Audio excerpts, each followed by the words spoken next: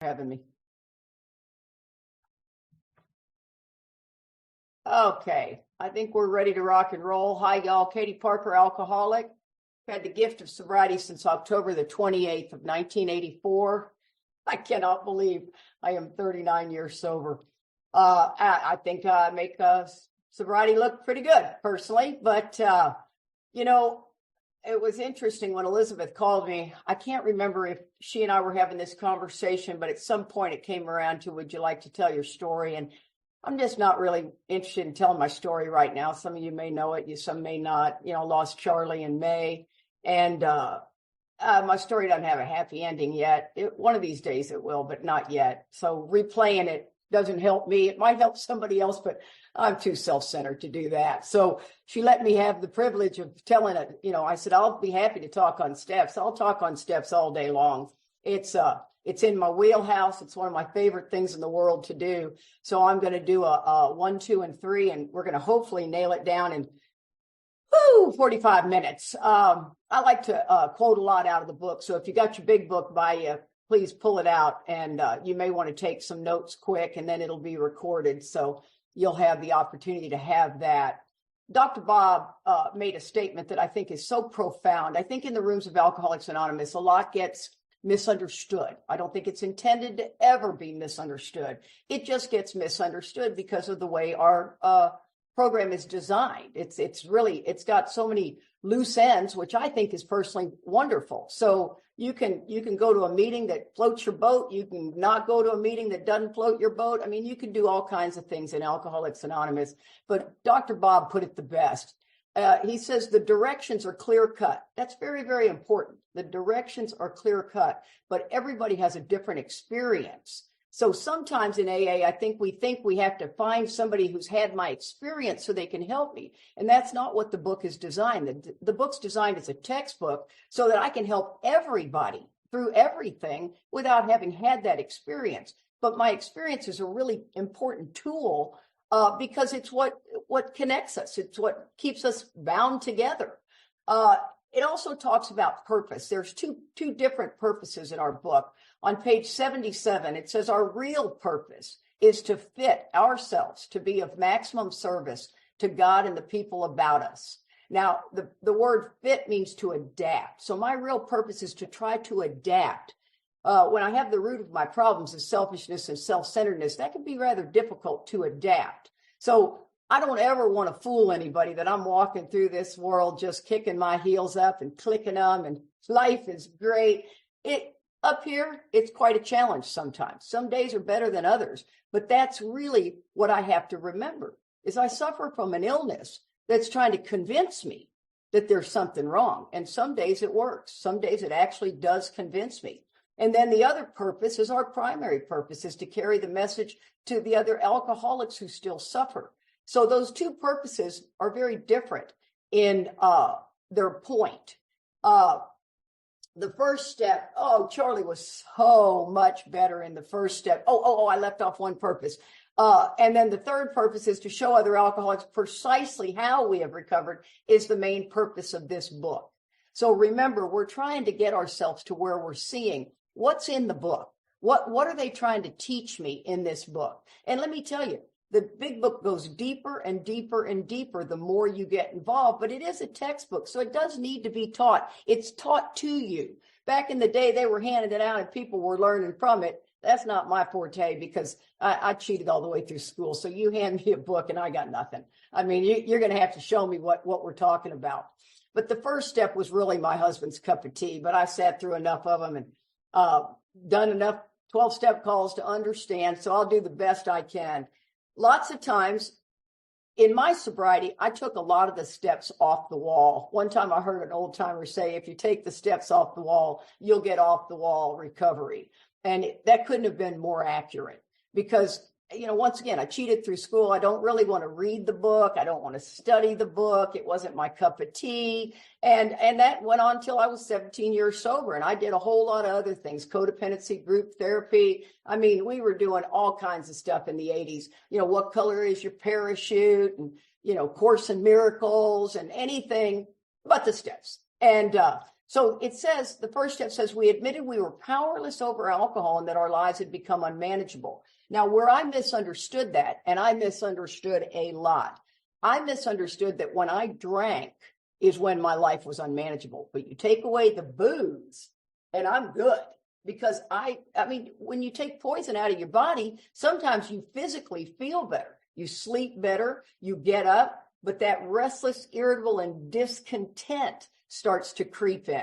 And sometimes the old timers would say, one's too many and 1,000's not enough. I never understood what the hell they were talking about. And today I get it. I get the whole point. I wish there was a little bit more clarity on what it means to be alcoholic, right? And so what we do when a newcomer comes into a lot of meetings is we share our experience, right? Experience, strength, and hope. And I think what gets misled here is that we assume that we're letting him know that we get the drinking game. But I think that he's waiting to hear somebody who drank like he drank.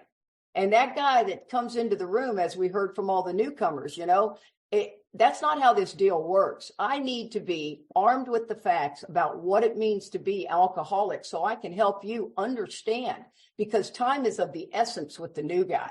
So we're hoping that in a meeting he hears something. I personally think we should take him out of the meeting. When he raises his hand, he says he's new. He's like, okay, hey, come here with me. Come here with me. We're going to do a first step experience, right?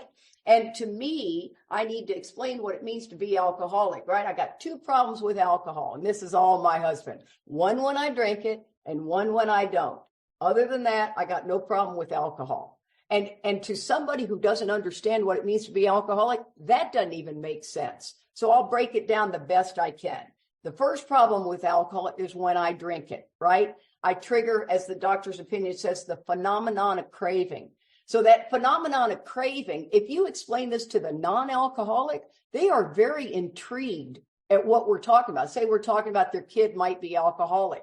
So we're going to explain the allergy and the mental obsession. And they're fascinated by it. And for whatever reason, we kind of forget to explain what it means to have the illness that we have. And so that allergy, that was a new word back in 1935. Dr. Silkworth, came with that concept to Bill, which really was quite interesting. So this allergy, it shows up in the phenomenon of craving. So when I put one drink in me, the next thing you know, I need a second drink. And even though I know I'm going to get in trouble, because I get in trouble every time I drink, this time it's going to be different because I'm going to stop at 4. Well, I can't stop at 4 because I've triggered the phenomenon of craving, right? That allergy is off to the races, and 4 just looks like a bad number. So the next thing you know, I just changed my mind. And then we go on and on and on. But if the allergy was my only problem with alcoholism, the solution would be, well, just don't drink. If you're allergic to peanuts, don't get close to a peanut. But the problem with alcoholism is the second part, right? The allergy is the first part, and the second part is the mental obsession. It will always take me back to the drink, no matter what, until I have this spiritual experience. And trust me, for you new guys, let me just tell you, there is some white knuckling.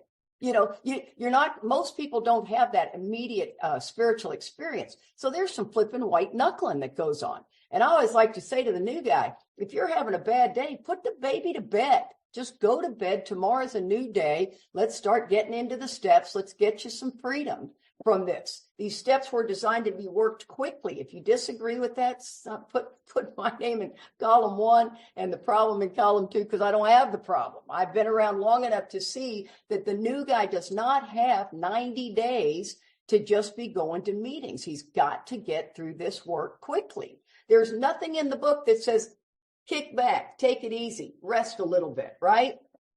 This physical allergy, too, it's really important to know that the hard drinker does not have that physical allergy, right? The hard drinker, given sufficient reason, can stop or moderate. So there's a lot of people that think somebody's alcoholic just based on the fact that they drink a lot. They get in a lot of trouble. That doesn't make them alcoholic. They've got to have the allergy. They've got to have the mental obsession. When you sit down with that new guy, that's where we're going to get some real rubber hitting the road. And this second piece of alcoholism is the restless, irritable, and discontented. Oh, my God. I swear to God, there's so many better words I could have used than those.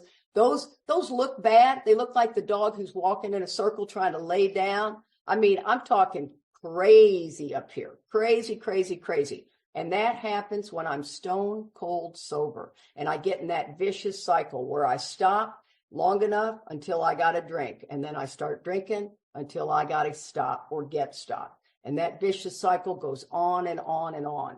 The doctor's opinion is in the first 43 pages of the big book of Alcoholics Anonymous, do a heck of a job explaining alcoholism. It's the first step is the longest part of our literature, which really means, some people take people through line by line. I don't think the new guys got time for that. That's my observation. And I would like to say it's my opinion, but it's pretty doggone strong opinion with watching people do it. If you can get somebody through the big book in 2 weeks, line by line, rock on. But if you can't, they don't have that kind of time. We can break it down later. Then it talks in the book too, when I'm convinced that he's the real deal, then we got something to go on. See, I mean, I now, don't get me wrong, I don't want that blood on my hands, but I've watched many people think that they're alcoholic and they just aren't. But if you really want to work the 12 steps, so be it. But I've seen many people come into Alcoholics Anonymous that are not the real deal, and they don't have to do what I have to do, which gives the illusion that, I don't have to work the steps either. All I got to do is go to, meetings. And once again, that's not knocking meetings. Meetings are a crucial part of our triangle, but the steps are a must, or you get like me and you get crazy in sobriety. So remember, the first step's not trying to convince you that you have a problem, but that you have no solution. That's a mind blower, if you ask me. Why would I be interested in this power in step 2 if I thought I could still do it on my own power? See, a lot of people say, I got a real issue with the God problem. And to me, it's like, you don't have an issue with the God problem. You may not like it. I get that. But you got a first step issue. You still think you can do this on your own power. And that is the one where people are like, you get caught in your throat. I don't care what your power is, as long as it's more than you, right? I mean, it could be Mother Earth. It can be anything. Some people lean on the fellowship. I don't know if I'm a big fan of that one, but try to consider something farther out there that might be getting your butt sober. Because the truth of the matter is when you look back, your spiritual program, like mine, will go through a gamut of emotions, constantly going through change all the time. And it says on page 44, and this is what I love about we agnostics in the second step. It says, in the preceding chapters, you've learned something of alcoholism. Mark Houston, who was a big mentor of mine, used to say, turn statements into questions. Have you read up to page 44, and do you believe that I've learned something about alcoholism? If the answer is no, that's okay. Get somebody to break it down for you. It says, we hope we've made clear the distinction between the alcoholic and the non-alcoholic. That's pretty powerful words right there, that you would know the difference between the two. I thought my dad was alcoholic forever. Come to find out, I'd watch him. He'd be able to quit or moderate for long periods of time. And when he started drinking, he didn't just go, down the road with it. He could drink for a few days and quit. So I come to find out my dad's a hard drinker, but I'd have told you up to 17 years sober, he was alcoholic. And then it says, if when you honestly want to, so that's another good question to ask yourself, you find you can't quit entirely, or if when drinking, you have little control over the amount you take, you're probably alcoholic. And I don't know about you guys, I am so grateful that I have y'all. Without you guys, there's so many people that go through this world and they don't have what we have. So we've been brought out of the depths of hell. I mean, bad. And we've been given each other that we can be excited for you if you got 4 days, if you got 4 hours sober. Everyone on this meeting is thrilled. And they're also thrilled to see me going through my grief, right? I mean, it gives me goosebumps. I get so moved. And I finally got to meet Reggie. I can't wait to give that man a hug. I know his brother so well. I think my name is Ruby White. Yep, I'd be one of you guys. And so this program is about an intimate personal relationship with the Creator. And I don't care what you consider your Creator. But that's what it's trying to get us to, right? That we can hear this still, quiet voice. We agnostics is not about, do you believe in God or do you not, right? Agnostic means one who neither affirms nor denies the existence of a personal deity, right? The title is a little misleading, but it says half our fellowship was agnostic or atheist, right? Still is. Whenever Charlie and I go on these, workshops or whatever, we ask the group, there could be 500 people out there. How many of you guys were atheist or agnostic? Half the room still raises their hand. That is not new information to us. But as somebody who's taking you through the steps, I need to be prepared how I'm going to handle that, right? And then the other thing is when we're talking about this We Agnostics chapter, we're trying to wake up to the fact that it's talking about our prejudice. Oh my God, the alcoholic is the most prejudiced individual ever. Call it judgmental, call it whatever you want, but I am so self-centered. I don't think too much of myself or too little of myself. All I think about is me. So everything in the world, from a stoplight to somebody mowing their yard, is how does that affect me? Okay? I don't even know I'm doing it, but I am walking through life with that constantly going on in my mind. And I've got to get connected to a power that can help me get through this. And don't get me wrong, I have great times. I'm 39 years sober, for God's sakes. I came in at 26 years old with a 5-year-old. Those were not great times. But I'd like to also tell you that getting all the way through my sobriety there were some dark, dark times in sobriety, because that's natural. It's just going to happen. You're going to hit walls from time to time. It says in the second step, it says we talk of a God consciousness. What is that? Being aware or personal relationship with the Creator, right? This is what we're trying to get to, is this consciousness, this thought life and conscious life. See, my thought life is constantly going, thinking. What do I do? Oh, if I don't get that, then I got to get this, then I could do that, then I could. That's my thought life. My consciousness goes up a step.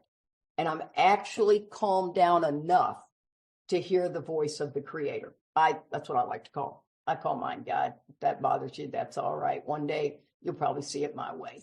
I think it's also important to understand some of the spiritual practices, especially when you're looking at the second step, is not just reading spiritual literature, but studying it. So you take a paragraph, you read a line, you turn statements into questions. What does that line mean to you? And then you move on to the next line. Otherwise, we just read it kind of doing a little chicken soup for the soul type of recovery. And that stuff, by lunch, I go, you go, oh my God, did you guys read Emmett Fox this morning's Daily Reader? And it's like, yeah, I did. And I go, oh man, wasn't it great? Yeah. What was it? I don't remember, because that's what happens. In the moment, I can really feel it, but I just don't see it. I want to be 100% sure something. My phone is just beeping like crazy. Be sure everybody is with me. Okay. There's lots of warnings in our book, right? Praying for God's will is easy. Accepting God's will is not so easy, right? Because it's typically not what I necessarily want to do. So there's lots of warnings. It says, if he is an alcoholic of the hopeless variety, to be doomed to an alcoholic death or to live along spiritual basis are not always easy alternatives to face. Think about that. To live on spiritual basis or to be doomed to an alcoholic death, I want to understand what the word doomed means. I mean, how bad is it really going to get? That's how much I don't want to work on this spiritual aspect. And then you have to ask yourself, are these your two choices? And there's several places in the book, and I like to read these. Page 25, blot out our intolerable situation the best we can, or accept spiritual help. Crushed by a self-imposed crisis we could not postpone or evade. Either God's everything or he's nothing. And then the deliberate manufacture of misery. God didn't do it, but when trouble comes, cheerfully capitalize on it so he can show his omnipotence. You see, it's trying to wake us up that we actually make a choice between those two things. And I don't even know I'm making that choice. I can either take this spiritually or just self-will my way through it, right? It's the lack of power. Really, both of these suck in the moment because I want to get what I want to get and I want to get it now. And if that means that you want me to go prey on it, whatever. I know I can go get what I want. And 99.9% of the time I get it, and I really don't want it. All we have is identification and power, right? Staying sober is the bare minimum. I didn't realize that. I thought it was the finish line. I really thought alcohol was the problem, because when I came into the rooms of Alcoholics Anonymous, I fell in love with the fellowship. I was one of the handful of people that was so fortunate, so fortunate. I like to ask when I'm at conventions, how many of you guys loved AA on day one? And it's, say, a room full of 200 people, it's maybe 10. I thought it was every one of us in there. That's not the case. And what it did for me, it bought me a little bit of time. And the new guy who can't stand, doesn't even want to be there. He is a ticking time bomb, man. He's the kind of guy you need to keep your arm wrapped around his arm and just go with him everywhere. I know that sounds crazy, but it really is. It's like leaving your kids unattended and they're only 3. That's not a good plan. And no disrespect to the new guy, but man, you need somebody tight with you. You got to keep that. I don't care if you got to go to 3 meetings in one day on a bad day. I like to talk about current agnosticism. It says if a mere code of morals or better philosophy of life were sufficient to overcome alcoholism, many of us would have recovered long ago. Now think about that. If somebody, wants to give me some sort of great saying, well, here's one. Would you rather be right or happy? Oh, like that's going to fix my problem. Did you not just hear what I said? If you want to know the truth, I want to be right. And if happiness comes with it, so be it. But that doesn't fix me. You got to get down to causes and conditions with me. When I'm disturbed, I need you to get me to see this from an entirely different angle. What angle is that? The person I'm typically disturbed with. Get me to see their perspective. Because the truth of the matter is I'm a hypocrite. I am 100% a hypocrite. And the more I see myself as a hypocrite, the freer I am. See, this what happens in sobriety, and this is not just me. This is the alcoholics in recovery. You may have gone through this phase. You may be in this phase. You may be out of this phase, going to probably go back into this phase. But the truth of the matter is we rest on our laurels, because that's the nature of us. It says we alcoholics are undisciplined. We really are. God disciplines us in this very way he just laid out. I mean, are we killing 10? Are we really watching throughout the day for resentment, dishonesty, selfishness, and fear? And are we really doing the 4 things it tells me to do during the day? I thought the 10th step was the evening review, and I wasn't doing it anyway. So let's call it what it is. I mean, I am not here judging anybody. Trust me. I've done everything wrong in Alcoholics Anonymous you could do wrong.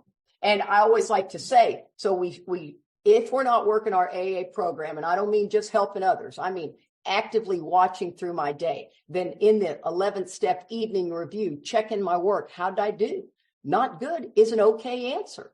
And then take that into on awakening, right? And really seeing what my day is going to look like today if I'm bringing yesterday into it. That's the most important thing. That's what it's talking about, living day by day. I've got to keep myself that tight in the moment, because by nature I can't. So what's going to take over?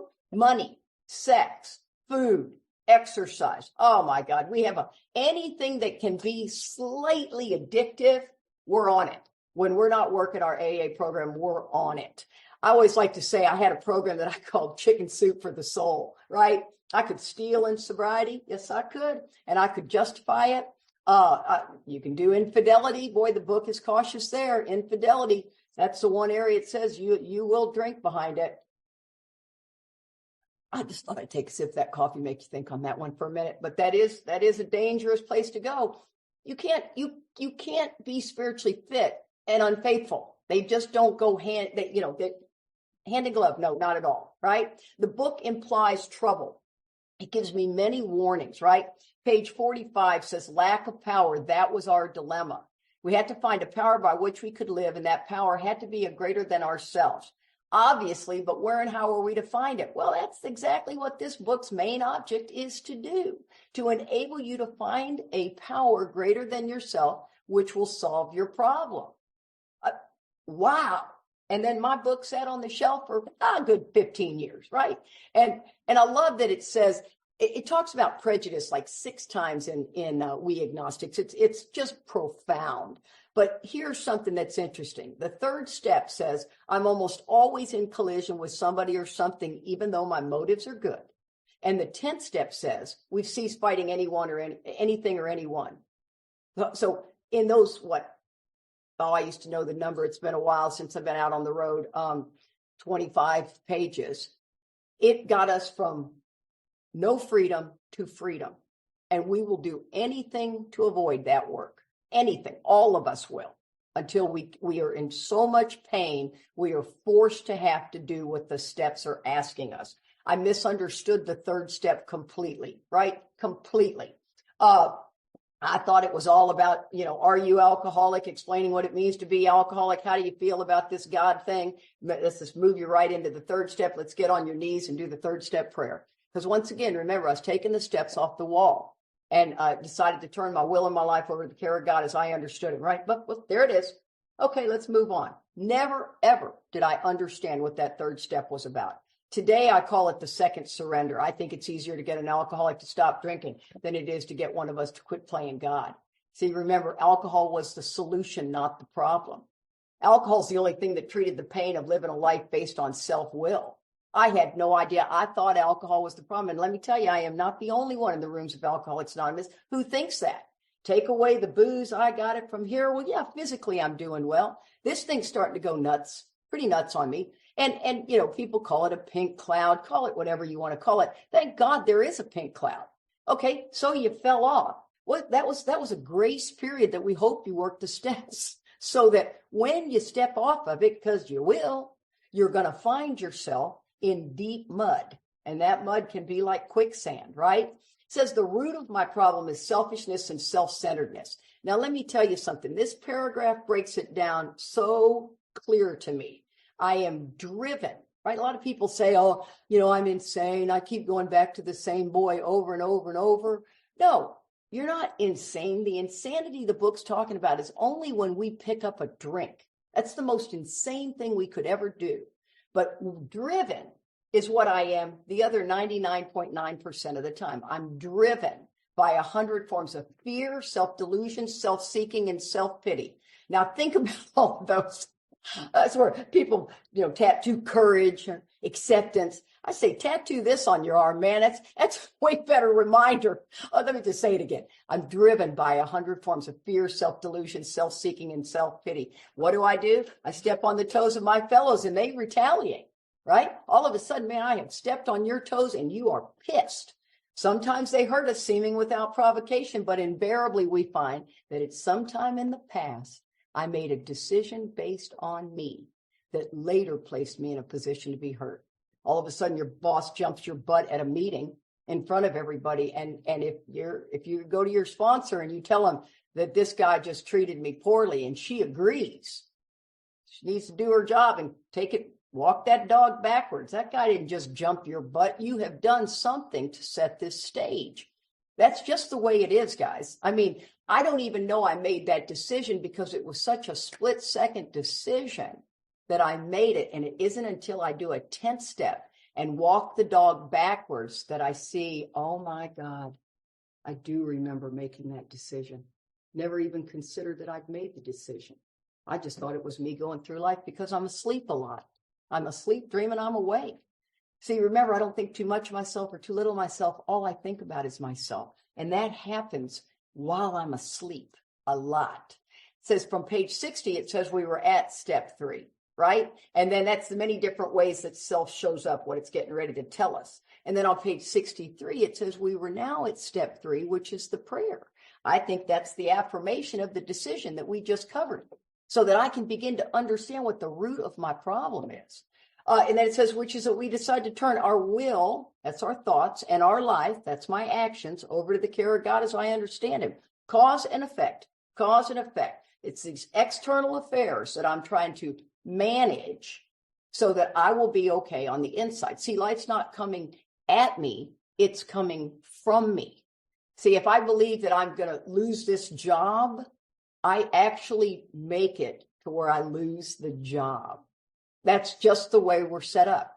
If I walk into a job and I'm a little apprehensive, okay, let's keep that rolling, right? I'm a little apprehensive. I'm going to ask a couple of questions. I'm not going to over ask questions. I'm going to keep going back in prayer, right? Watching throughout the day, pause when agitated or doubtful. I'm much more doubtful than I am agitated.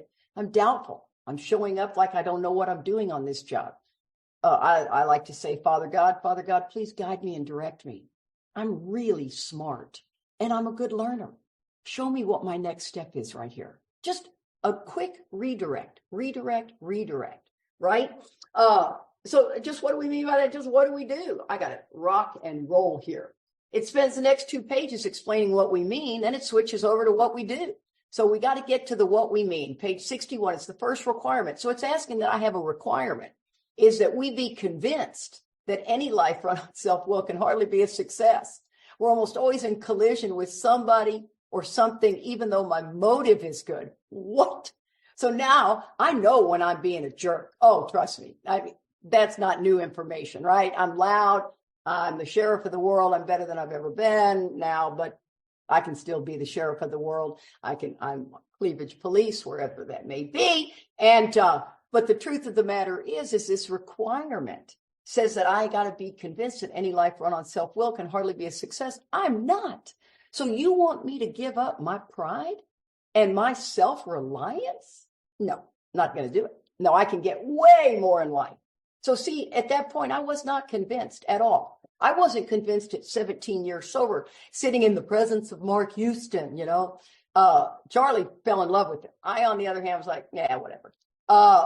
And come to find out, wow, what a man. His depth was incredible. But my pride was so big that they had no idea all the work I've done on myself. You're not going to teach me anything. And then it tells me behind good motives. Wow.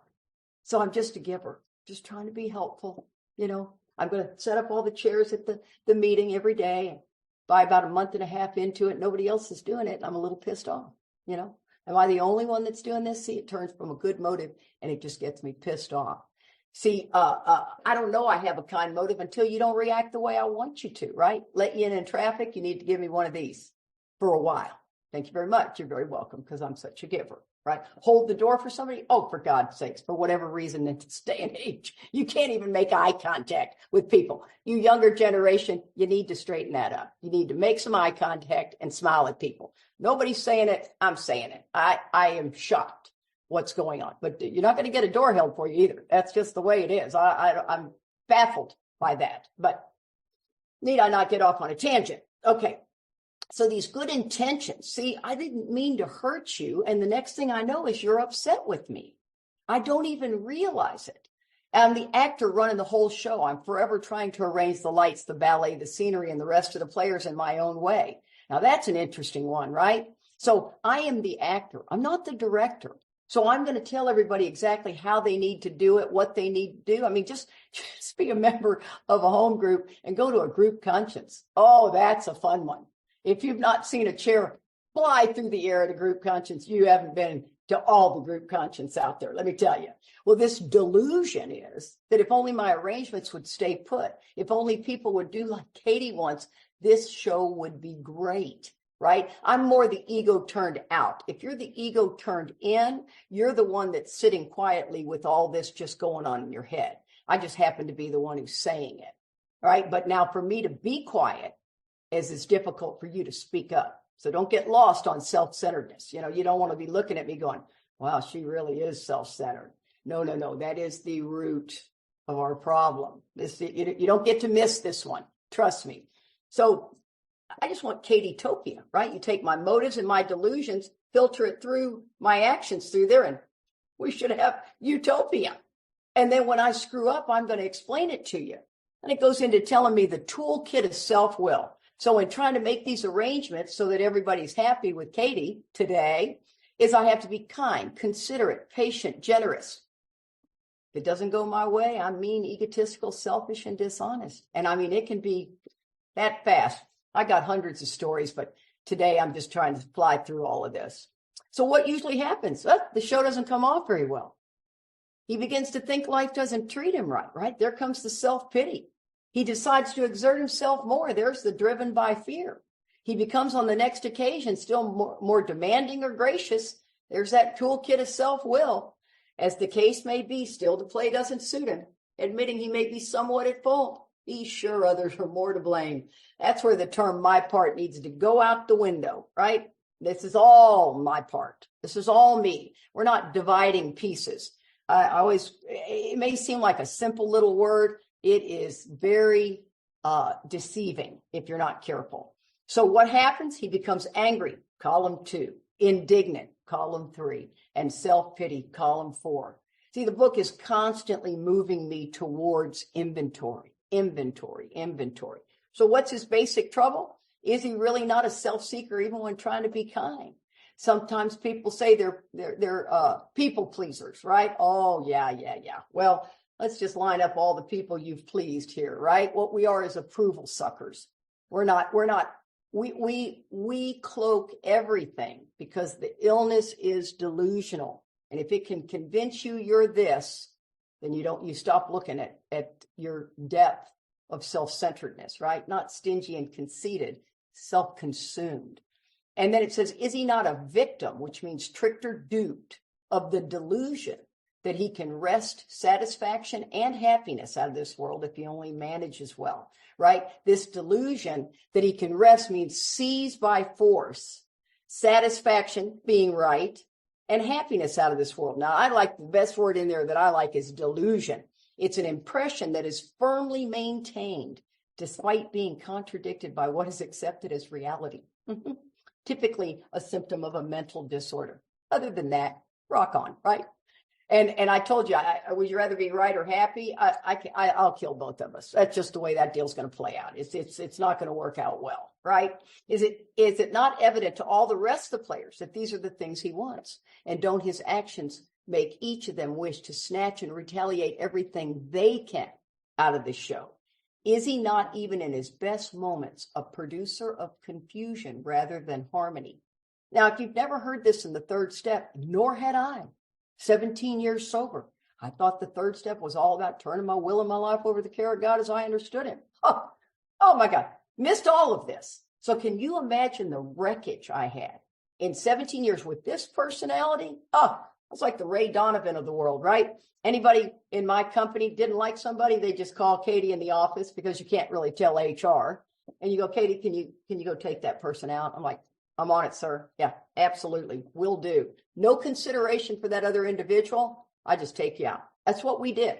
And I did it for years. When I woke up after I came back from when I was in untreated alcoholism, I wasn't treating my alcoholism. I was doing 5 meetings a week, never wrote a piece of inventory. I sponsored people all with therapy.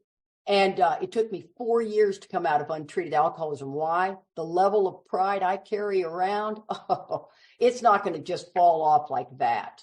And the truth of the matter is it's one of those things when I look back, I am so blown away that God brought me through this. And I was able to go back to those hundreds of people that I stepped on their life with no consideration whatsoever of what they were going through. And I was able to make those amends. I made more amends in untreated alcoholism than I ever did in active drinking. And I'm telling you, the rooms are riddled with it. And I'm here to help you through it because I've been there, done that, know what it looks like, know the way to go. And then it says, one of the things is I can see it in others, right? I'm blinded to my self-centeredness in me. Now, the longer I'm sober, I'm better off than I've ever been, but I am blinded to it some of the times. I mean, that's why I'm calling Marty going, God dang, Marty, I got to do a 10th step with you. This person is pissing me off just looking at me. I'm mad at him. It says, so our troubles are of our own making. That's one of the greatest promises in the book, right? If I want to be free, the problem's got to be me. They arise out of ourself, and the alcoholic is an extreme example of self-will run riot, though he usually doesn't think so. There's the delusion. There's where you step in the mud and you never even saw it, and now it's all over your foot. I mean to tell you guys, do not be fooled at how this illness will pull you down. All of us know people who have had time that relapse 3 years, 10 years, 20 years. It will eventually pull you down. It says, many of us had moral and philosophical convictions galore. We couldn't live up to them no matter how hard we tried, right? Trying to work on these character defects is not it. Self-knowledge or awareness are important to see what's driving me, but it's the values, the old ideas in that third column of a resentment inventory that's going to really, really wake me up, right? I got to see what's driving me. See, I'm a good AA. I'm really a better AA than you. I'm a good mom. I'm a better mom than you. You see, my old ideas don't mean bad. It's just the way the ego's going to turn them on me. Okay, so I got only 5 more minutes left, so I'm going to bust through this. So this decision was a vital and crucial step. Vital means key to life. Now, that's pretty damned important. My vital signs are pretty important, right? Especially the older I get. It could have little or permanent effect unless at once followed by a strenuous effort to face and be rid of the things in ourselves which had been blocking us. Our liquor was but a symptom, so we had to get down to causes and conditions. This is where the book is saying, get the person through the steps quickly.